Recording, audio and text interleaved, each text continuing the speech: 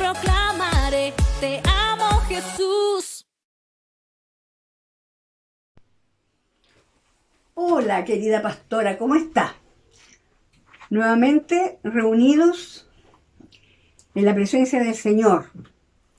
Queridos hermanos, todos aquellos hermanos que escuchan, personas que les gusta saber del Señor y que están aquí reunidos, sean bienvenidos, que el Señor les bendiga y que su gran misericordia sea con cada uno de nosotros. Amén. Bueno, yo quiero leerles un salmo, que es el Salmo 37, versículo 27 y 28, que dice de la siguiente manera: apártate del mal y haz el bien y vivirás para siempre. Porque Jehová ama la rectitud y no desampara a sus santos, para siempre serán guardados. Maravillosa palabra del Señor. Hermanos, bueno, el Señor nos habla en su palabra que nos apartemos del mal, porque Él nos ha creado para hacer el bien. Y por ese motivo tenemos que andar en rectitud siempre, haciendo lo bueno, siendo amables, siendo generosos, siendo personas que realmente merecemos el amor de Dios por nuestra actitud recta. Que la gente que nos rodea vea que somos personas honestas, sinceras, que, bueno, que tenemos buenas intenciones con los demás y no irnos por otro camino que no corresponde. Y si en algún momento tú has actuado mal o has hecho algo que no corresponde, bueno, es el momento de arrepentirse, de pedir perdón y de seguir caminando rectamente por esta tierra. Porque recuerda que no es lo que yo te estoy diciendo que en mi mente o en mi corazón esté, o que yo lo he creado. Es palabra de Dios. Y mira, dice que si tú haces el bien, vivirás para siempre, dice, en buenas condiciones, ¿ya? Y también el último versículo, el 28, dice: y no desamparará a sus santos. Nosotros sus hijos somos sus santos. Para siempre serán guardados, dice la palabra del Señor. O sea, tenemos una gran protección, que Dios está siempre, permanentemente, tratando de guiarnos por el mejor camino, que es el camino del Señor Jesucristo. Así que, hermanos, a seguir actuando bien. Si estás actuando bien, con rectitud, y si no, hay que corregir. Porque somos hijos de Dios. Somos su creación. Maravillosa creación. Amén. Gracias, hermano. Muchas gracias le doy por estos momentos, por estar aquí, mirándonos. Yo los miro a ustedes, y ustedes también me están mirando a mí cuando escuchan estas palabras. Así que Dios les bendiga grandemente, que sea una magnífica semana llena de bendiciones y de ser guardados siempre por el Señor y para vivir siempre en rectitud. Amén. Chao, hermanos, chao, que estén muy bien. Gracias.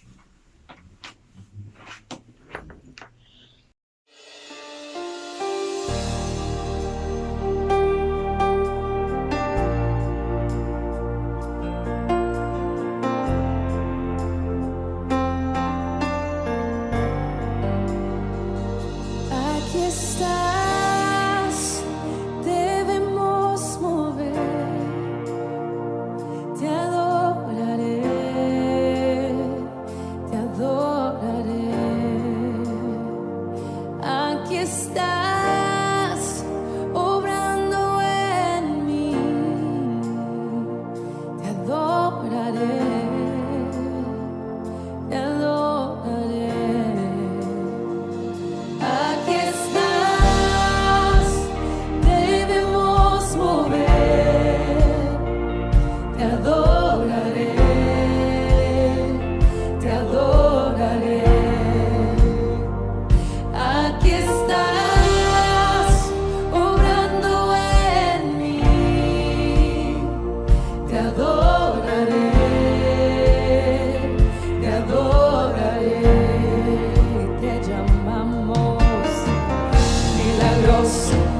abres camino, cumples promesas, luz en tinieblas, mi Dios, así eres tú.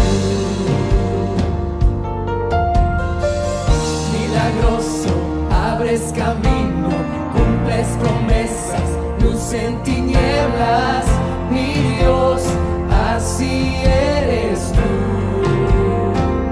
Aquí estás, sanando mi corazón, te adoraré, te adoraré. Aquí estás, tocando mi corazón, te adoraré, te adoraré. Te amamos, milagroso, abres camino, cumples promesas, luz en tinieblas, mi Dios, así eres tú. Milagroso, abres camino, cumples promesas, luz en tinieblas, mi Dios, así eres tú. Aquí estás, tocando mi corazón, te adoraré, te adoraré. Aquí estás, sanando mi corazón, te adoraré, te adoraré. Hoy siempre te llamamos, milagroso, abres camino, cumples promesas, luz en tinieblas, mi Dios, así eres tú. Milagroso, abres camino, cumples promesas, luz en tinieblas, mi Dios, así eres tú. Así eres tú. Así eres tú. Así eres tú. Así eres tú. Así eres tú. Así eres tú. Así eres tú. Así eres tú.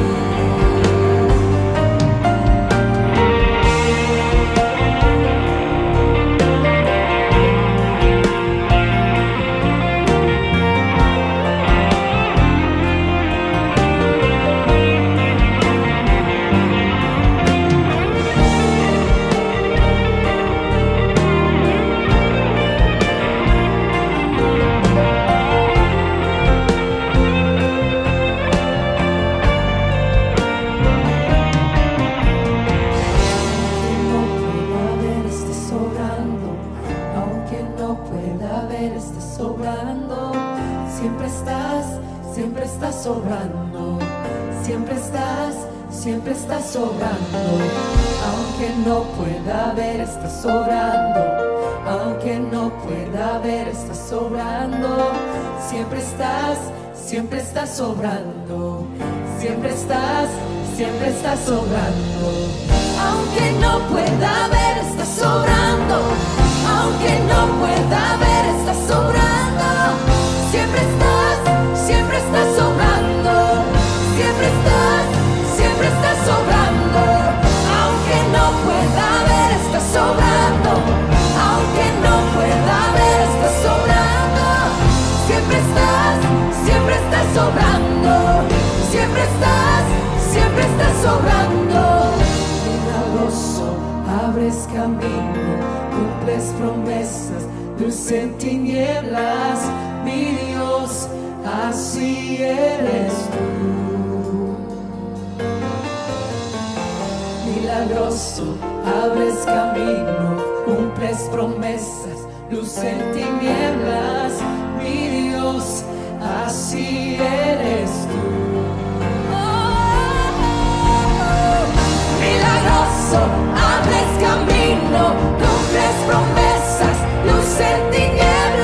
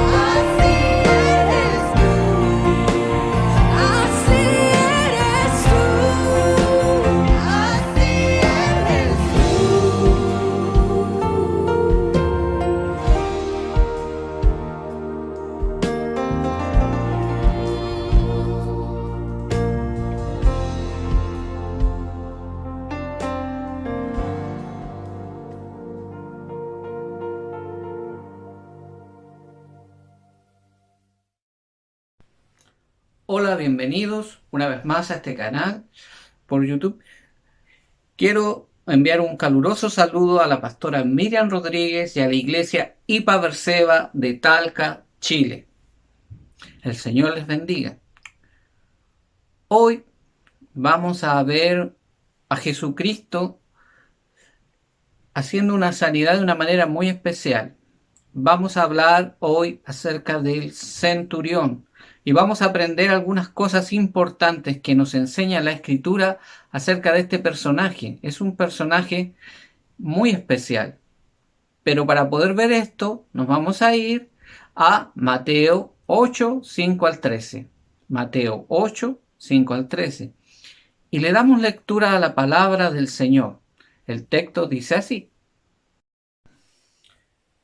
Entrando Jesús en Capernaum, vino a él un centurión, rogándole y diciendo: Señor, mi criado está postrado en casa, paralítico, gravemente atormentado. Y Jesús le dijo: Yo iré y le sanaré. Respondió el centurión y le dijo: Señor, no soy digno de que entres bajo mi techo, solamente di la palabra y mi criado sanará. Porque también yo soy hombre bajo autoridad, y tengo bajo mis órdenes soldados, y digo a este: ve y va, y al otro: ven y viene, y a mi siervo: haz esto y lo hace. Al oírlo Jesús se maravilló y dijo a los que le seguían: de cierto os digo, que ni aún en Israel he hallado tanta fe. Y os digo que vendrán muchos del oriente, del occidente, y se sentarán con Abraham e Isaac y Jacob en el reino de los cielos. Mas los hijos del reino serán echados a las tinieblas de afuera, allí será el lloro y el crujir de dientes. Entonces Jesús dijo al centurión: ve, y como creíste, te sea hecho. Y su criado fue sanado en aquella misma hora. Amén. Como podemos leer, es muy interesante la forma en que el centurión se dirige a Jesús. Y vamos a analizar algunas características de este centurión para poder entender la lección que tiene para nuestras vidas hoy, la importancia, el valor. Podemos ver muchas cosas aquí. Primeramente, el centurión era un soldado romano, pertenecía al ejército de Roma, y él estaba bajo órdenes y también él daba órdenes. Él era una persona que tenía un siervo y este siervo había enfermado. Como este siervo estaba enfermo, él acude a Jesús. Pero lo interesante es la forma en que él habla con Jesús. Lo interesante es la forma en que él se dirige a Jesús. Primero le cuenta que tiene su siervo enfermo. Y Jesús le dice: entonces yo iré y le sanaré. Pero este centurión le dice que no vaya. Y aquí muestra algo que es asombroso: mucha humildad. Siendo él una autoridad civil, siendo él una autoridad de la ciudad, siendo una persona importante, sin embargo, le dice a Jesús: no entres en mi casa, porque no soy digno de que tú entres. Es algo impactante, porque cualquiera podría entrar en la casa de otra persona y sanarle. Es como cuando el médico va a hacer una visita y sería raro que alguien dijera: no, usted no puede entrar porque usted es una persona muy distinguida. ¿Cómo va a entrar en esta casa? En esta casa que no es distinguida. En el fondo le está diciendo a Jesucristo: tú, Jesús, eres una autoridad muy, muy superior a mí. Como tú eres alguien tan excelso, ¿cómo vas a entrar a mi humilde morada? ¿Cómo una persona de tan alto nivel va a entrar a mi casa. No soy digno de que tú entres en mi casa. Está reconociendo que Jesús tenía una gran importancia, una relevancia enorme. Está diciendo que él no está a la altura de Jesucristo. Está diciendo, yo no estoy a tu misma altura, tú eres una persona muy superior a mí. ¿Cómo voy a permitir que entres?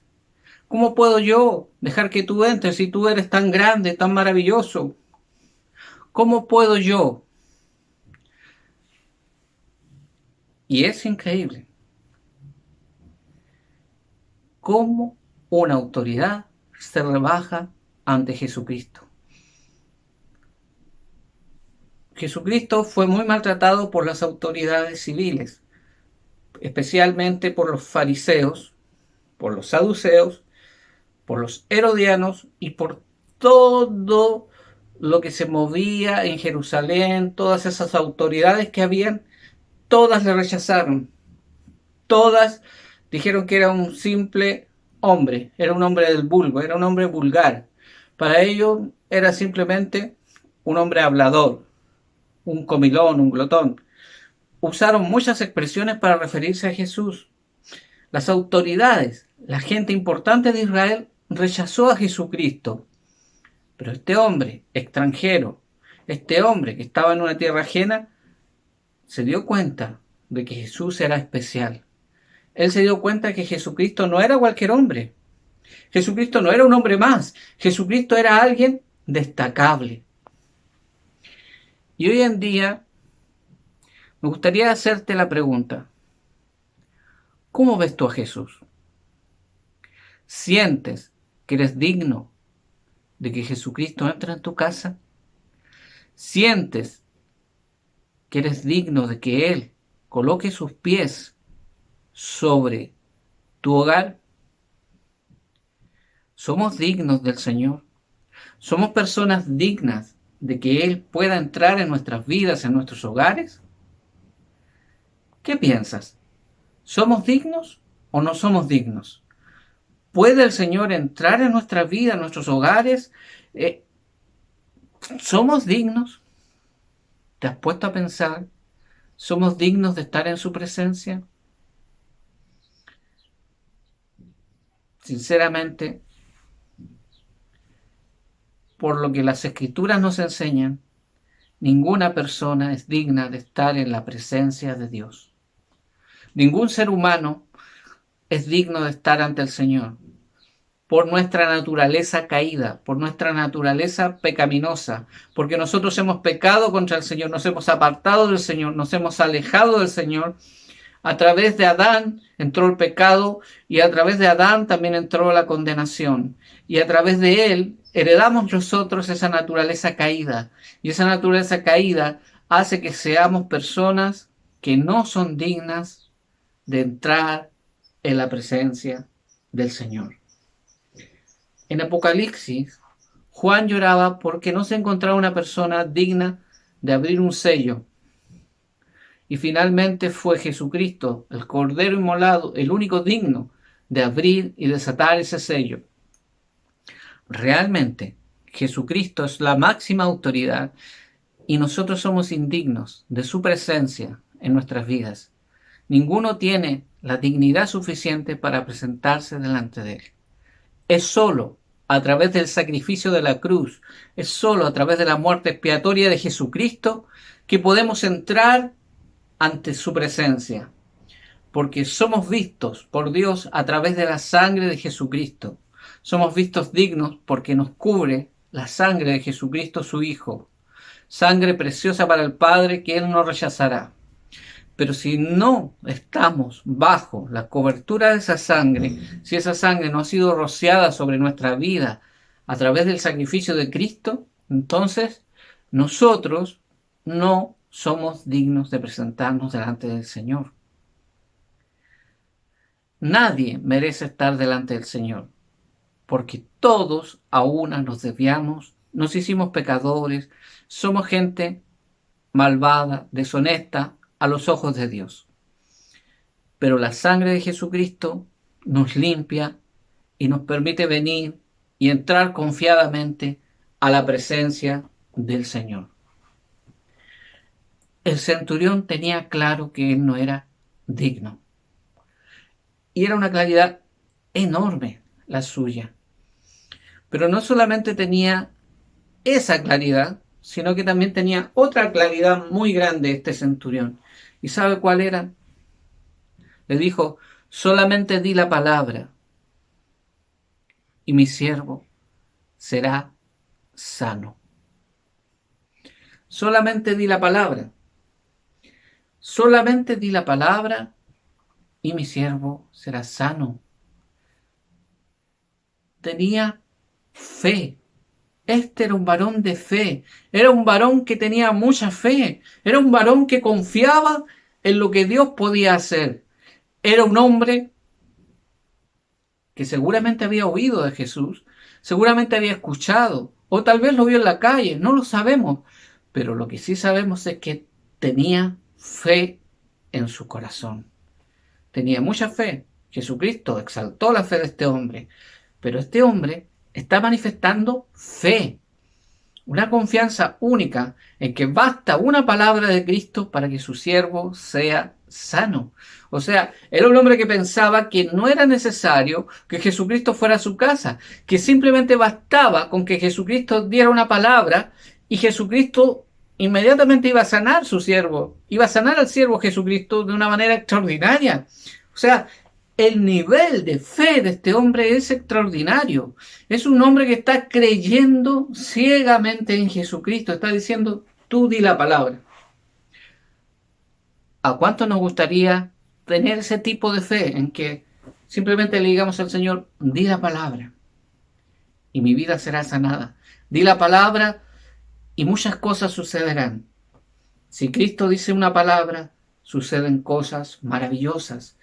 La palabra de Cristo es poderosa, la palabra de Cristo es capaz de hacer grandes milagros. La palabra de Cristo puede sanar al enfermo, puede resucitar al muerto. La palabra de Cristo, una simple palabra de Cristo puede hacer la diferencia en nuestras vidas.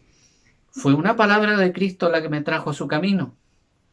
Una sola palabra puede producir mucho. Cuando Jesucristo dice la palabra, es un poder de Dios enorme el que se desata y es liberada una persona. Me hace recordar el caso de aquella mujer que estaba enferma y que solamente quería tocar el borde del manto de Jesús, porque sabía que si solamente tocaba ese borde, ese manto, iba a ser sana. Estamos hablando de personas con una extraordinaria fe, que simplemente piensan que al entregar a Jesús su carga, al decirle, Señor, aquí estoy, necesito de tu ayuda, Jesús va a responder. Es el convencimiento de que Jesús va a responder, el convencimiento de que Jesús no va a ignorar su petición, el convencimiento de que Jesús va a actuar en su vida. Ese convencimiento es el que necesitamos cada uno de nosotros. A cada uno de nosotros nos hace falta estar plenamente convencidos de que una sola palabra de Cristo es la que necesitamos. Es solamente que Cristo actúe, es solamente que Cristo actúe y nosotros seremos libres. Qué maravilloso, hermano. Qué maravilloso es el poder de Dios. Cuán grande es nuestro Dios, que con solo una palabra puede cambiar las cosas. La palabra de Cristo tiene poder. ¿Y yo quién soy? Simplemente su servidor. Este centurión nos está enseñando una gran lección. Humildad, fe. Pero lo que le dice a continuación resulta ser algo extraordinario. Esto sí que resulta ser algo grande y poderoso, porque simplemente le dice, soy un hombre bajo autoridad. Le está diciendo, soy una persona que sabe recibir órdenes. Soy una persona que cuando recibe una orden la ejecuta. Soy una persona obediente. Soy una persona que respeta a la autoridad. Soy una persona que cuando la autoridad me encarga algo, lo hago. Soy responsable. Soy una persona comprometida. yo me someto bajo órdenes y también por eso mismo puedo dar órdenes. Pero primeramente está diciendo que es una persona que se somete. Es un hombre sometido a la autoridad. El centurión entonces es humilde. El centurión entonces es un hombre de fe y es un hombre sometido a la autoridad. Es un hombre que no está rebelándose contra las autoridades. No es un hombre que se rebela contra lo que se le pide. No es un hombre que está criticando las órdenes que se le dan. No es un hombre que está en contra de lo que le piden o dice, sino que él simplemente le dan una orden y él la ejecuta. Es un rasgo de obediencia. Sin embargo, hoy en día los cristianos están en rebeldía. Hay partes de la palabra que no las queremos aceptar. Buscamos excusas para no cumplir esos mandamientos. Y si es necesario escuchar a un predicador, buscar predicadores por internet, buscamos un predicador que dé una lección distinta de la que se nos enseña en nuestra iglesia.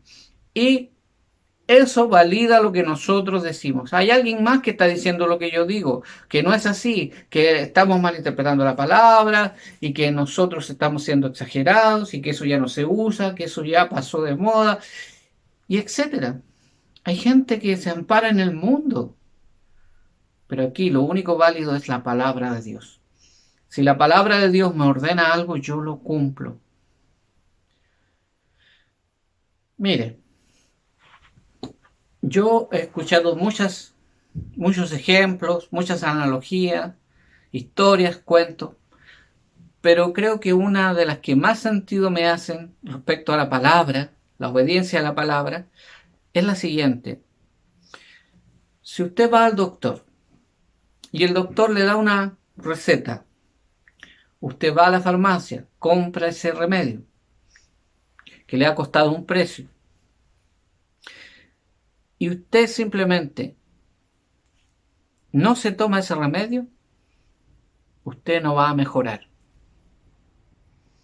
Pero si usted toma ese remedio, seguramente se va a mejorar. La palabra de Dios es el remedio. Si usted no lo toma, usted no va a mejorar. ¿Pero qué significa tomar el remedio de la palabra? Es ponerla por obra. Si usted no pone por obra la palabra, el remedio no va a surtir efecto en su vida. Usted no va a tener el efecto deseado sobre su corazón. Cuando somos desobedientes a la palabra, no esperemos buenos resultados. Los buenos resultados vienen cuando nosotros tomamos la palabra y la llevamos a la práctica. Cuando la palabra nos enseña algo y nosotros lo aplicamos, entonces somos realmente bendecidos. Pero si nosotros simplemente renegamos de la palabra porque nos parece dura, porque nos parece anticuada, porque nos parece una costumbre del siglo de las cavernas, porque hay personas que piensan que la palabra es anticuada. Hay personas hoy en día que piensan que la palabra ha pasado de moda, que hay que adaptarse a los tiempos. Oye, ¿cómo vamos a estar hablando nosotros de que las parejas deben casarse cuando hoy en día nadie quiere casarse? ¿Cómo vamos a estar hablando de este tema o de este otro tema cuando hoy en día la sociedad ha cambiado tanto y es tanto? Pero si eso nadie lo hace, ¿por qué vamos a seguir insistiendo en la palabra, en cosas que la gente ya no hace? Pues el centurión era obediente. Él tenía una autoridad sobre sí y él hizo caso a la autoridad. Nosotros hoy en día, con suerte, le hacemos caso a nuestros jefes en los trabajos, a los profesores en los estudios, a los padres en el hogar, porque estamos en una rebeldía total. No queremos hacerle caso a los padres, a los jefes, a los profesores, no queremos hacerle caso a nadie, no queremos hacerle caso a las autoridades, queremos levantarnos contra las autoridades, queremos hacer de todo porque queremos todas las cosas a nuestra manera de pensar, como nosotros nos acomoda, así queremos la vida. Queremos que la vida cristiana sea como nosotros pensamos que tiene que ser, no como la palabra enseña. Y somos rebeldes a la palabra, somos rebeldes a lo que Dios está enseñando. Pues el centurión no fue así, él era obediente. Y creo que tenemos que aprender de este centurión a obedecer órdenes, a someternos a las autoridades, a estar bajo esa sujeción. ¿Por qué? Porque las autoridades han sido puestas por parte de Dios. Y no puedes. Muchos quieren ser autoridades, muchos quieren en sus trabajos, en las iglesias o donde quiera que estén, quieren llegar a ser autoridad. Pero para ser autoridad, el principio rige tanto en el mundo como acá, en la iglesia, hay algo en común. Es increíble, pero esto traspasa las barreras de la iglesia. Esto traspasa todas esas barreras. Porque la autoridad tiene una cosa. Cuando tú te sometes a la autoridad, entonces la autoridad te reconoce y te da autoridad. Y tú tienes autoridad sobre otros. Pero cuando tú no te sometes a la autoridad, ¿qué sucede? Estás sembrando la cizaña que cuando tú seas autoridad la gente no se va a someter a ti. Cuando tú eres sometido a la autoridad, entonces tú estás sembrando eso en otras personas y esas personas también se someten a autoridad. Cuando yo soy rebelde a la autoridad, no puedo esperar que la gente no me sea rebelde a mí. Si yo soy una persona que se somete a la autoridad, voy a encontrar gente sometida a la autoridad. Este soldado, él dice, tengo soldados bajo mis órdenes. Yo le digo, ve y va. Le digo, ven y viene. O sea, está queriendo decir que hay un sometimiento de esas personas que están bajo sus órdenes. Y esas personas van, vienen, de acuerdo a lo que él les dice. Y él también es una persona bajo autoridad. Entonces él está diciendo un principio fundamental y es la autoridad bíblica. Vivimos en un mundo que no quiere someterse a nadie. Pero ¿a qué nos llama la palabra? A ser obedientes. Especialmente a la palabra, especialmente a Jesucristo. Y la Biblia no ha pasado de modas, amigos. La Biblia no es anticuada. La Biblia enseña la verdad. Sea que nos guste o no nos guste, debemos someternos a la palabra. Sea que queramos o no, la palabra es lo que debe gobernar nuestras vidas y debe ser puesta en práctica. Nos está enseñando este centurión una gran lección, una lección enorme, porque nos está diciendo lo que es tener fe. Simplemente él le dijo esto a Jesús, porque está diciéndole, tú eres la autoridad máxima. Si tú dices que mi siervo sane, mi siervo sanará. Yo lo sé porque yo soy una persona que estoy bajo autoridad. Y si le digo a alguien, ve y haz esto, lo hace. Si tú dices que mi siervo sane, sanará. ¡Qué gran lección! Si tú lo dices, Señor, entonces pasará. Si tú, Señor, lo dices, así será. Te creo, Señor, porque yo entiendo lo que es la autoridad, porque estoy sometido a la autoridad. Qué tremenda lección nos da este centurión. Realmente me asombra este centurión, siempre me ha asombrado. La primera vez que lo leí no lo entendía, no lo comprendía. Yo decía, ¿qué tiene que ver todo este tema de la autoridad con la sanidad que Cristo hace? ¿Qué tiene que ver? ¿Por qué los escritores bíblicos lo mencionan? También está en Lucas y también da a entender lo mismo. Entonces uno dice, pero ¿por qué se repite esta historia? ¿Por qué? ¿Cuál es el grado? ¿Cuál es la importancia? ¿Por qué? ¿Qué es lo que nos está diciendo el Señor en esto? Y creo que nosotros tenemos que ver las cualidades, las características de este varón y debemos tratar de replicarlas en nuestra vida. Tenemos que tratar de imitar a este varón, porque este varón fue muy sabio. Tenemos que tratar nosotros de seguir el buen ejemplo que tenemos delante. Aquí la Escritura nos da un ejemplo bueno y tenemos que seguir ese ejemplo, porque es un ejemplo que nos ayudará en la vida. no solamente te va a ayudar en la iglesia, te va a ayudar en la vida en general. Cuando las personas siguen estos principios, generalmente les va bien. Bueno, este centurión entonces le dice que tiene gente bajo sus órdenes. Que él diga la palabra y él va a ser sanado su criado.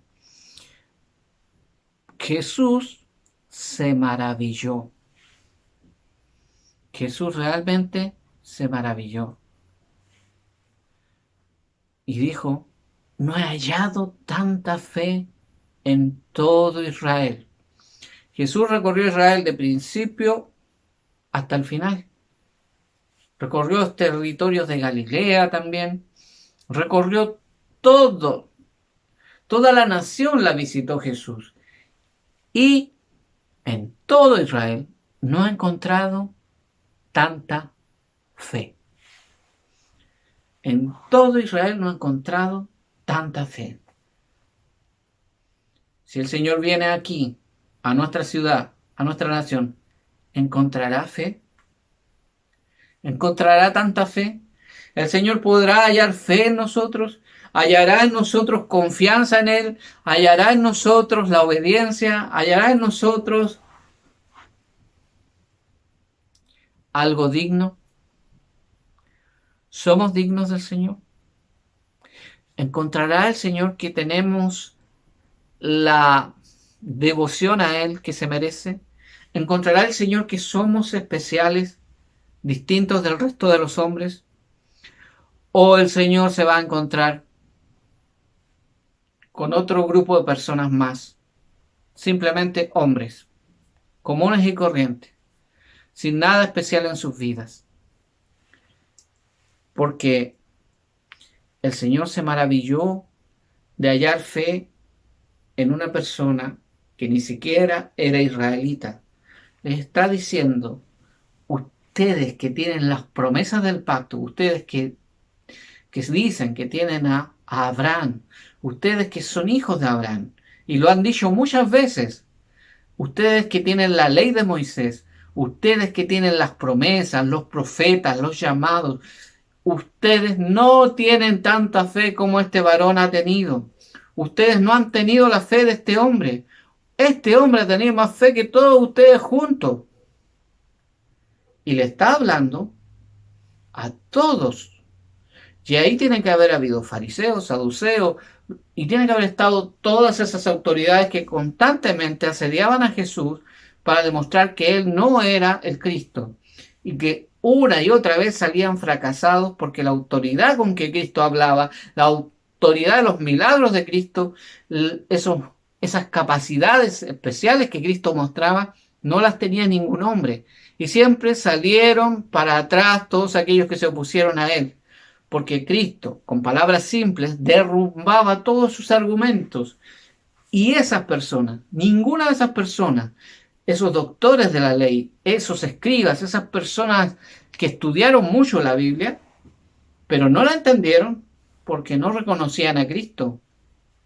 Sin embargo, este hombre, extranjero, que no tenía ni idea de todo eso de los profetas, no tenía idea de la ley de Moisés, no tenía idea de nada, estaba mucho más cerca de Cristo que todos los religiosos de la época. Un hombre que era extranjero, un hombre que no conocía las costumbres del pueblo, era un hombre foráneo, entendió mejor que ellos quién era Jesucristo. La pregunta es, ¿tú estás entendiendo quién es Cristo? ¿Tú entiendes quién es Jesucristo? ¿Tú entiendes quién es el Señor? ¿Lo estás entendiendo o no lo estás entendiendo? Porque Él vio claramente que era el Hijo del Dios Todopoderoso. Él se dio cuenta que Jesucristo superaba en mucho a todo ese grupo de personas que había ahí. Que no había ninguna persona en Israel que pudiera hacer algo por su criado. No existía un doctor, no existía ningún mago, no existía ninguna persona, ningún curandero, ninguna persona capaz de sanar a su siervo. Solo Cristo. Él vio en Cristo la esperanza. Él vio en Jesucristo lo que podía dar vida, salud. Él vio.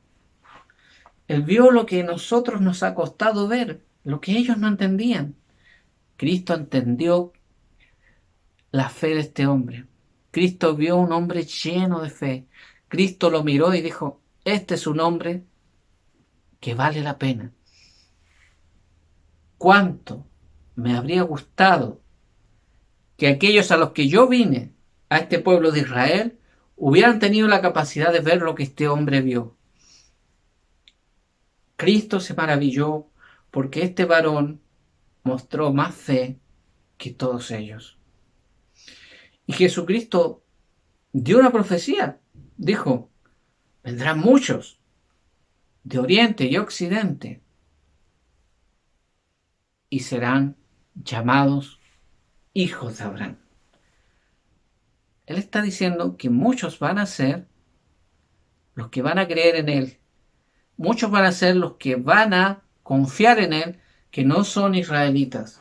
Muchos van a transformarse en hijos de Dios, que simplemente no pertenecen al pueblo de Israel. Cristo estaba anunciando que una iglesia se iba a levantar. Cristo estaba anunciando que surgiría un mover del Espíritu tan grande y poderoso que muchos hombres de muchas naciones se iban a volver a Dios. Y entre ellos estamos nosotros. Nosotros somos esas personas de las que está hablando Cristo aquí. Cristo está hablando de los que vendrán de Oriente y Occidente. Somos nosotros, que hemos creído en Él, que hemos confiado en Él, que hemos entregado nuestras vidas a Él. Esos somos nosotros. Pero en aquella época, Cristo no halló a nadie con tanta fe. ¿De dónde salió este centurión? ¿De dónde salió un hombre así? ¿De dónde vino un hombre así? ¿Cómo es posible que en todo Israel no haya existido un varón así? Lo que pasa es que muchas veces las costumbres empiezan a ganar más fuerza que la fe. Nuestras costumbres comienzan a tomar fortaleza y vamos dejando de lado lo importante que es la fe en nuestro Señor Jesucristo. La religiosidad reemplaza la religión verdadera. La devoción a los templos, los cultos y a muchas otras cosas reemplazan la devoción a Dios. Muchas veces amamos más al templo que al que habita el templo. Muchos en Israel adoraban el templo. Estaban maravillados con el templo de Israel en aquella época. Un templo maravilloso, un templo extraordinario. Sin embargo, Jesucristo les dijo, esto que ustedes ven aquí no va a quedar piedra sobre piedra, va a ser derribado. Eso tiene que haber sido un dolor, porque hablar contra el templo era un gravísimo pecado para ellos. Y cuando Jesucristo dijo esas cosas, seguramente ellos se molestaron mucho y dijeron, pero ¿quién se cree que es? Se cree superior al templo. No entendían que el que habitaba ese templo era Cristo. Y que si Cristo no estaba en ese templo no servía para nada. Por más devoción que ellos tuvieran al templo, ese templo sin la presencia de Dios no es más que un edificio. Y eso es lo que debemos entender nosotros, que el templo del Espíritu es este. Y que este templo es importante conservarlo en buena manera, en obediencia, en humildad, en reconocimiento de quién es Cristo. Este templo es el que vale la pena cuidar. No estoy diciendo nada contra el otro templo. Tenemos que reunirnos en un lugar, tenemos que tener un lugar, y ojalá un lugar precioso, bonito, pero tenemos que hacer que ese lugar sea más bonito, no a través de la pintura, a través de las rejas y todas esas cosas, sino que a través de nuestra devoción a Cristo. Porque lo ideal es que el templo por dentro sea bonito, espléndido, por fuera sea bonito también, que tenga una linda reja, una linda fachada, y que también tenga algo muy importante, la presencia de Dios en su interior. Cuando un templo tiene la presencia de Dios, todo se embellece. Todos nos volvemos bonitos, lindos, por la presencia de Dios. ¿Cómo no voy a querer la presencia de Dios si es lo que hace que yo sea precioso? Somos mejores con la presencia de Dios. El centurión entendió que no necesitaba que Jesús fuera a su hogar. Entendió eso claramente. ¿Cómo lo entendió? Bueno, estaba sujeto a órdenes. Es así de simple. Y como él estaba sujeto a órdenes, él comprendía estas cosas. Él entendía cómo funcionaba la autoridad. Él entendía un principio fundamental. Y ese principio le ayudó a entender qué era la fe. Él tuvo fe, creyó. Él sabía que si Dios decía, hágase esto, eso se iba a hacer. No habían dudas en su corazón. Por eso él va a Cristo en una forma humilde. Hay textos que dicen que él envió una comitiva. Y cuando él fue a Cristo, ni siquiera quería ir a Cristo, ni siquiera se atrevía a presentarse delante de Cristo, ni siquiera así de indigno se encontraba. Imagínate, él no quería presentarse delante de Cristo, no quería venir a las plantas de Jesús. Cuando él habló con Jesús, seguramente se sentía avergonzado, seguramente estaba así. O sea, estamos hablando de un hombre realmente con mucha humildad. Y siendo una autoridad, siendo alguien que podría haberle dicho, yo te ordeno que sanes a mi siervo. Pero no fue altanero, no fue grosero, no le exigió, podría haberle exigido a Cristo, pero no le exige, sino que simplemente le pide muy respetuosamente que sane a su siervo. Cristo pensó que él tenía que ir a su hogar y le dijo, yo iré y lo sanaré. Pero le dijo, no, Señor, no soy digno de que entres en mi hogar, en mi techo. No soy digno que entres bajo mi techo. Y eso es una humildad que nos hace falta. No soy digno de que hagas esto por mí. No soy digno de que hagas este milagro. No soy digno de que tú, Señor, actúes en mi vida de esta manera. No soy digno de todas las bendiciones, de todo aquello que tú has traído a mi vida. Yo no soy digno. Hay un movimiento que dicen que tú tienes que proclamar, que tú tienes que exigirle a Dios, que tú tienes que... Yo no le puedo exigir a Dios porque yo no estoy a la altura de Dios. Yo soy inferior a Dios. Y como todo inferior, se refiere a su superior con humildad. Hace una petición, hace un ruego. Eso es lo correcto. Si Dios te concede lo que tú has decretado y si Dios te concede todas esas cosas, es por la misericordia de Dios y por su misericordia no has sido destruido porque eres un insolente, eres una persona que ofende a Dios y solo por su misericordia no te hace nada.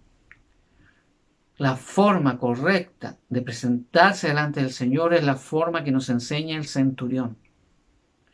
Una autoridad se somete a un civil, a una persona que para Roma no es nadie, pero él se somete, él baja su cabeza y él se postra delante de Jesús y le pide algo y Jesús se lo concede. Porque ese hombre nos está enseñando cómo debemos actuar cuando nos presentamos delante del Señor. Primeramente, saber que no somos dignos, que estamos bajo autoridad y debemos someternos a la autoridad de Dios y tener fe. Que Dios simplemente hará posible lo imposible. Creo que la lección es grande y creo que esta lección vale la pena tomarla en cuenta. Vamos a orar, vamos a pedirle al Señor para que nos bendiga. Gracias te damos, Señor, por la escritura. Es interesante esta escritura del centurión porque nos enseña acerca de la humildad que hay que tener para presentarse delante de ti. Nos enseña de que hay que tener fe y confianza en que tú harás el milagro, que tan solo te basta decir la palabra.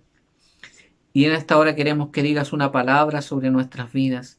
En esta hora queremos pedirte con humildad que tú, Señor, des la palabra para que seamos libres de lo que nos oprime, para que seamos libres de aquello que aflige nuestras almas, nuestros corazones, para que destruyas y quebrantes, Señor, esas puertas que nos impiden tener acceso a lo que anhelamos y soñamos, Señor.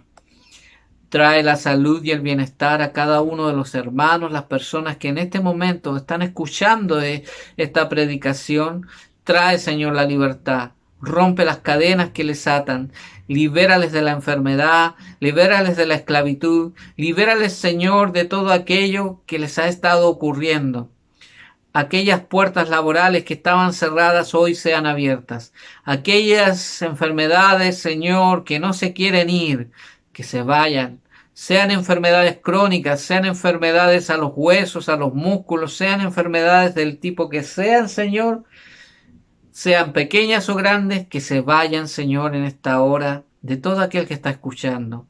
Trae alivio, trae sanidad, trae restauración. Tú tienes poder para hacer milagros, Señor, y en esta hora haz milagros sobre la vida de las personas. Padre, escucha este clamor, escucha nuestra fe. No somos dignos de que tú respondas, no somos dignos de ti, pero hazlo, Señor, por tu misericordia, por tu gracia, Señor. Que tu Espíritu Santo nos acompañe, que tu Espíritu Santo nos llene, que tu Espíritu Santo nos bendiga. Gracias te damos en el nombre de Cristo Jesús. Amén y amén. Hermanos, el Señor les bendiga. Nos vemos próximamente. Y recuerde, preséntese al Señor, venga al Señor, y Él hará su voluntad en su vida. Amén. Mi redención está en Jesús, mi salvación fue en una cruz, mi transgresión Él olvidó,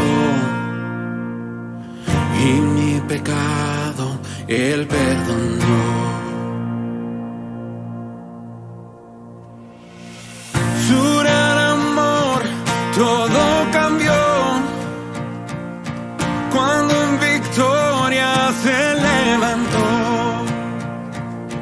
Solo en su gracia me encontraré, eternamente yo viviré. Aleluya, poderoso Dios, eterno vencedor. Aleluya, recibe el honor, Cordero de Dios. Oh muerte, ¿dónde está tu aguijón? Nuestra victoria está en nuestro Dios. Todo el dominio, todo el honor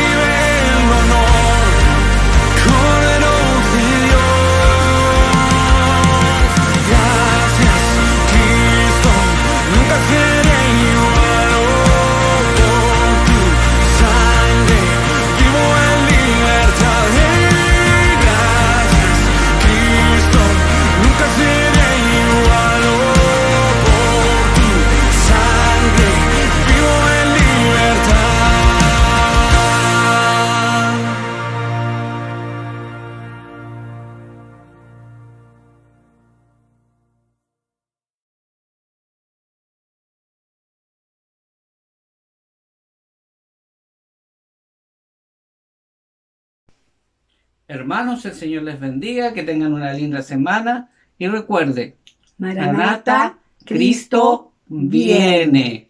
Amén.